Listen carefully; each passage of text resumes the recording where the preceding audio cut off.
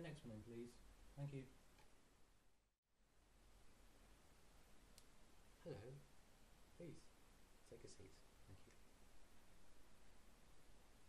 So, my receptionist tells me that you're here for an ear examination today. Is that right? Mm-hmm. Could you please just explain what your problem is today? Mm-hmm. Mm-hmm. Okay. Mm-hmm. Okay then, right. Yeah, I'm sure I can help you today. Did my receptionist get all your details before you came in here today? She did, right, okay. In that case, I'm just going to quickly log onto the system and just ask you a few security questions, if that's okay. It's just that sometimes people come in and they don't say who they really are, and it really is difficult because we could prescribe a particular drug to somebody and, you know, for all we know they could be allergic or it could be dangerous. So it's nice to be able to get up your personal records so we can just check. So when we do offer you some medical treatments, that we know that it's not going to harm you in any way. Okay, so I'm just going to log onto the system and ask you some security questions. Okay, so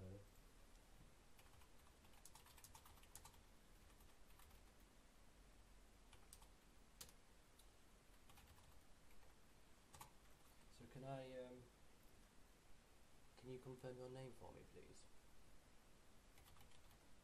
And your surname?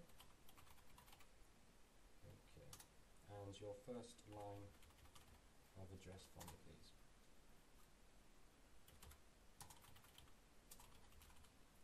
Okay, and finally your date of birth, please.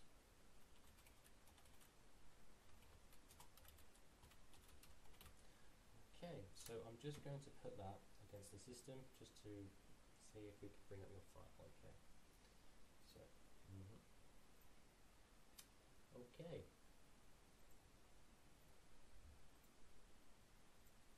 that's okay. Okay then, so could you please just explain to me some of the symptoms that you've been suffering with today?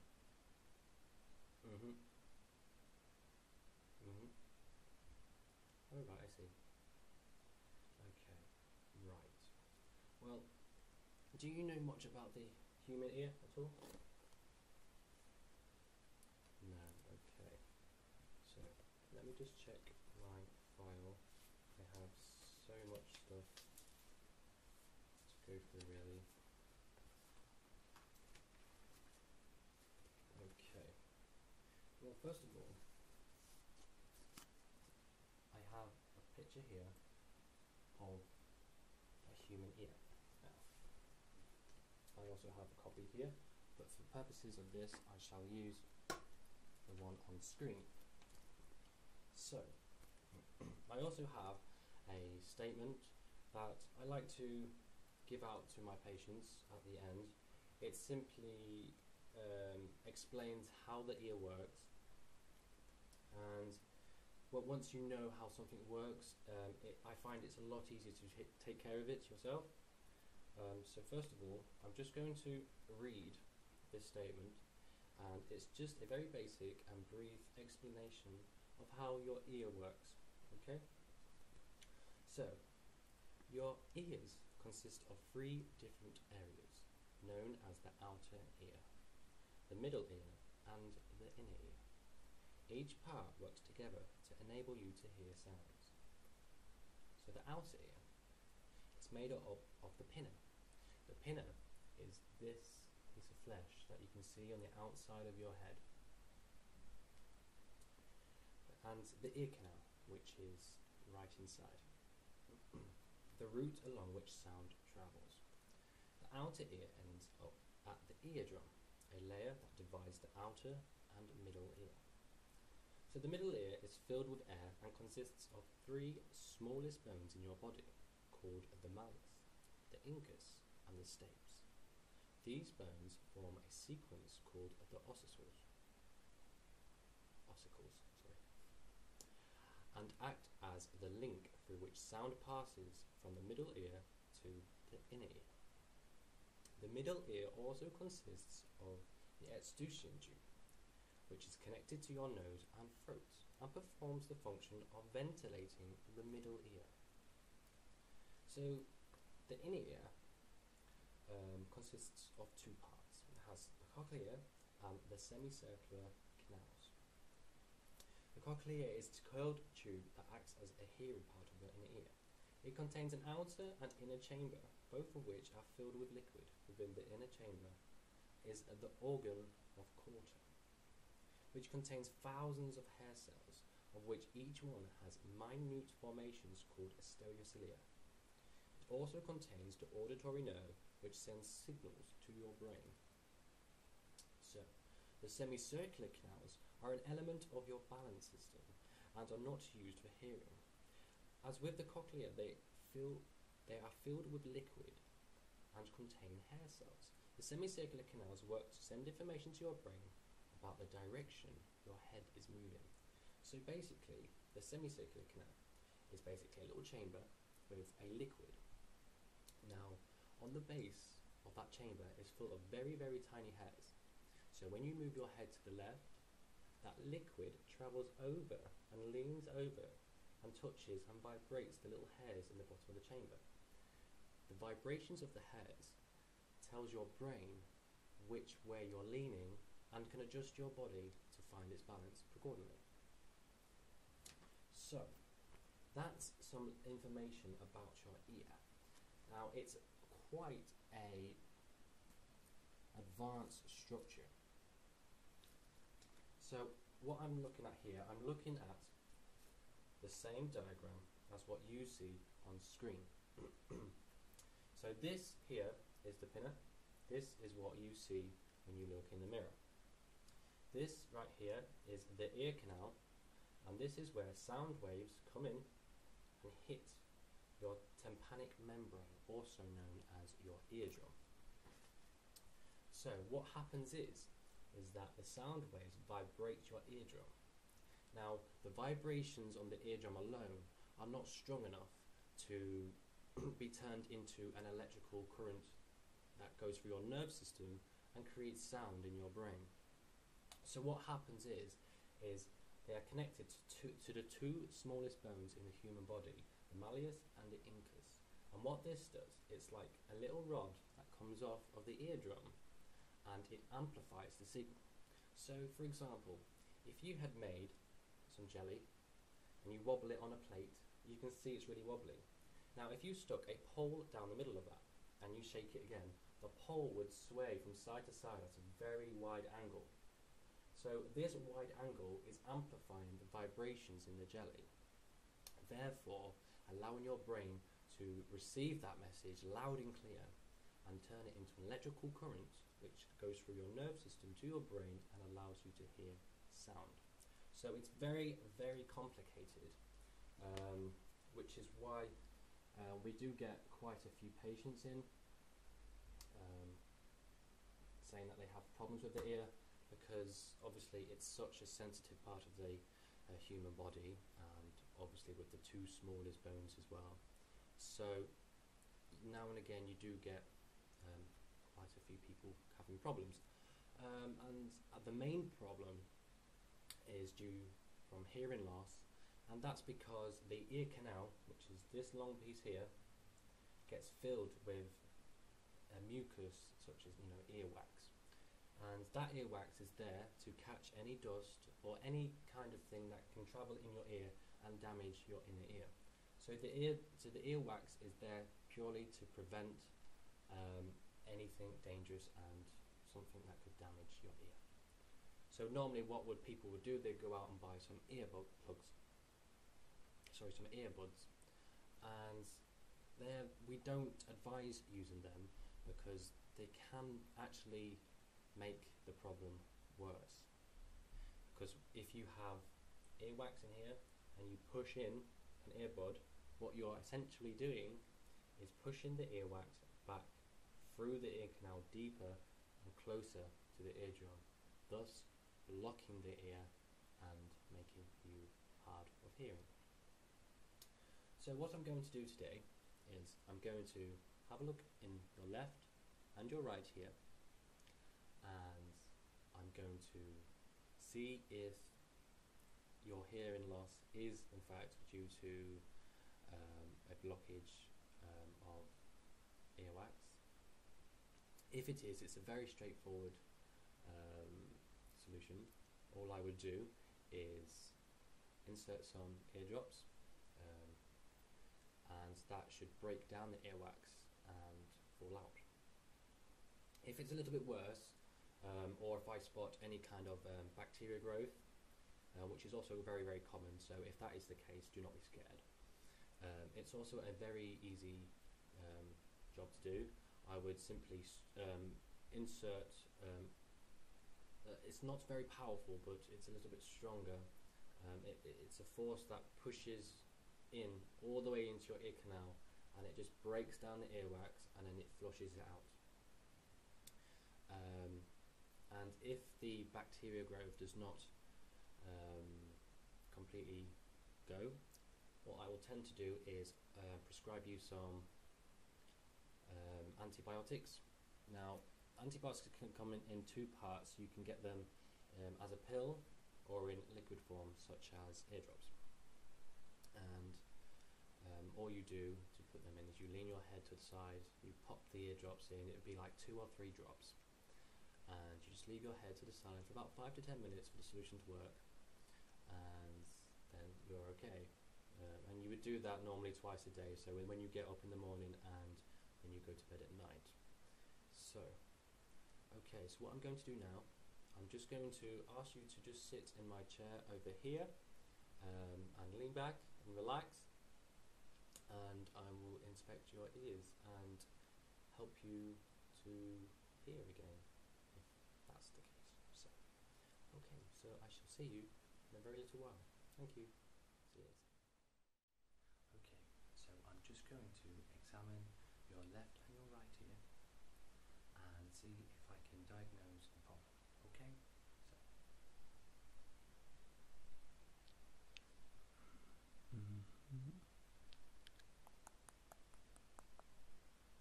Okay. So I'm just looking through your left ear.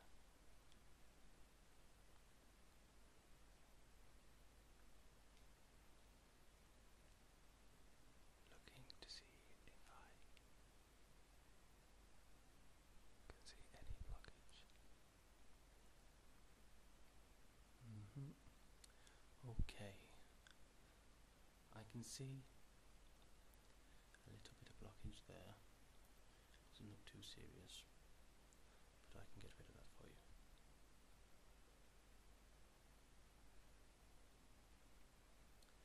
So, just have a look at this one too. This one looks a little bit worse, to be honest.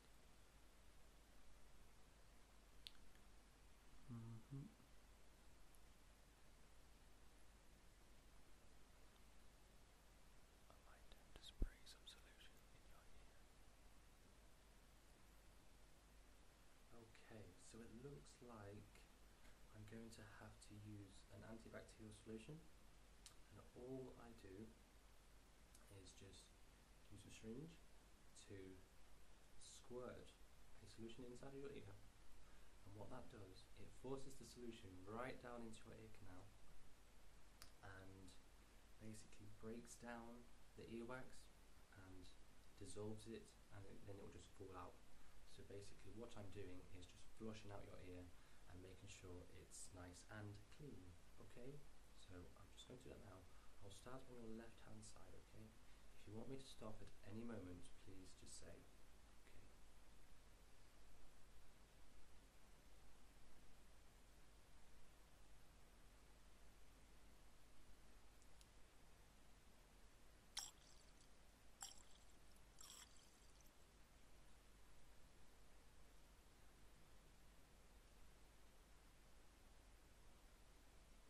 One more.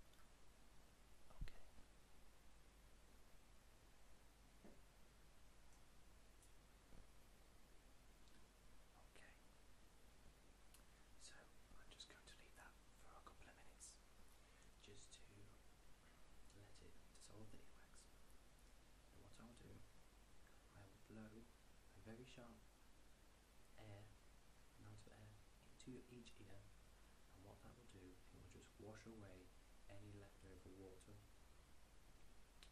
and hopefully your hearing will be much improved. So let me just have another look to see if it's working.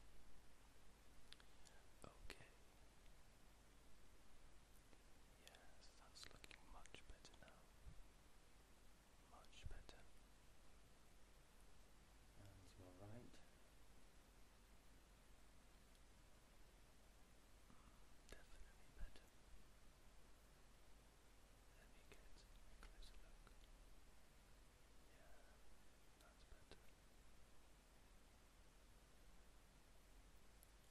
Okay. Okay then. That's definitely improving. So what I'm going to do now is just blow some air into each ear.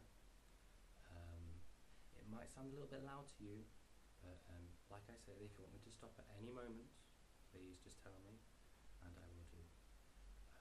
Okay, so it won't hurt at all. It will just sound like the wind passing through your ear. Okay? So, okay, here we go.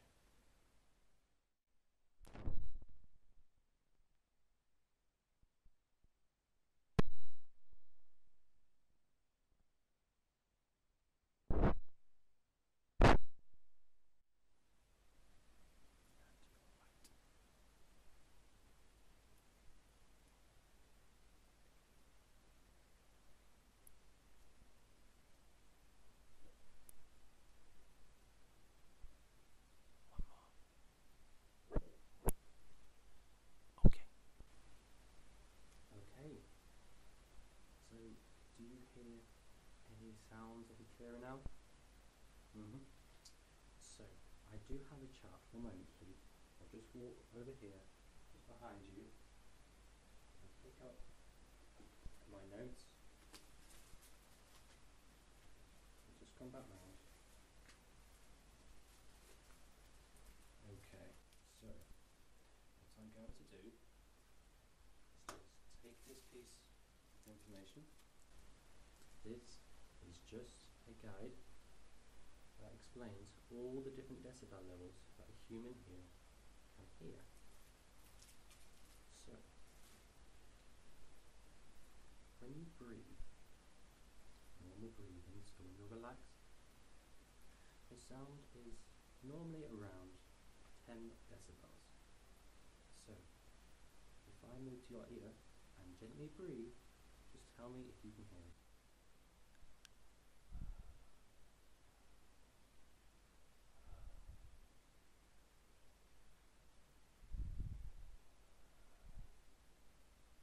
Your left.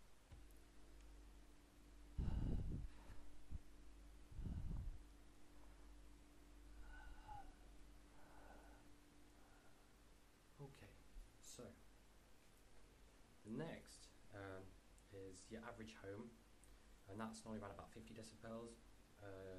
So that's like if you have your TV on, or just general banging or noises from the neighbours from outside and stuff like that. That's normally your average sound level. So that's the sort of range you would hear almost most of the time, because as you know, there's always a lot of noise, especially at home, especially if you've got kids. The next one is conversational speech, which is 60 decibels. Now, you can already hear my voice, so I think you've passed on that one. And then it goes all the way up to like car horns at 110 decibels and to a gunshot at 140. Now, I haven't really got anything to test for louder noises today, so what I'm going to do is I'm just going to clap on your left hand side and on your right hand side. So your left and your right will hear the clapping noise, and if you have any problems with either side, please let me know. So I'm just going to clap on your right and then clap on your left hand side. Okay, one more time. So on your right and on your left. Okay, was that okay? Brilliant. Okay, so the reason why I asked, because Sometimes people can hear whispers and very quiet noises, and sometimes they can't hear louder noises. That sounds really strange, but if you think when you go to an optician's and you see lots of people, some people have short-sightedness, whereas others have long-sightedness. So it's the same with sound, really. The louder the noise, the further away and the taller the sound waves are, and your brain can sometimes struggle to convert that wave into actual sound. So it's very similar to the eyesight, really. You know, the brain does all different things and stuff. Excuse me, I'm with a patient. Thank you. Sorry about that. Okay, so as I was saying, your hearing sounds absolutely fine. To be on the safe side, I am going to prescribe you some antibiotics, and they'll just be in the form of ear drops. Because it's not too serious, I'm just going to ask you to just do it once on both ear every day for 28 days. So every time you put the drops in, you just do 3 drops on each ear. So when you wake up in the morning, just do it then. And do that every day, once every day for 4 weeks, so about 28 days. And that should completely eradicate any bacteria growth or any earwax or anything like that, and your hearing should become back to near perfect. Does that sound great? Brilliant. Okay, well, that's all for today. Thank you very much for coming. Your ears are absolutely fine. They are a lot clearer already, so you should see a definite improvement. Okay? Well, if you'd like to see my receptionist on your way out, and just book another appointment for 28 days time, and I'll just give you another quick check to see if there is anything else that I can do for you. Okay? Brilliant. Well, thank you very, very much for coming, and I will see you again in 28 days. Thank you. Bye-bye.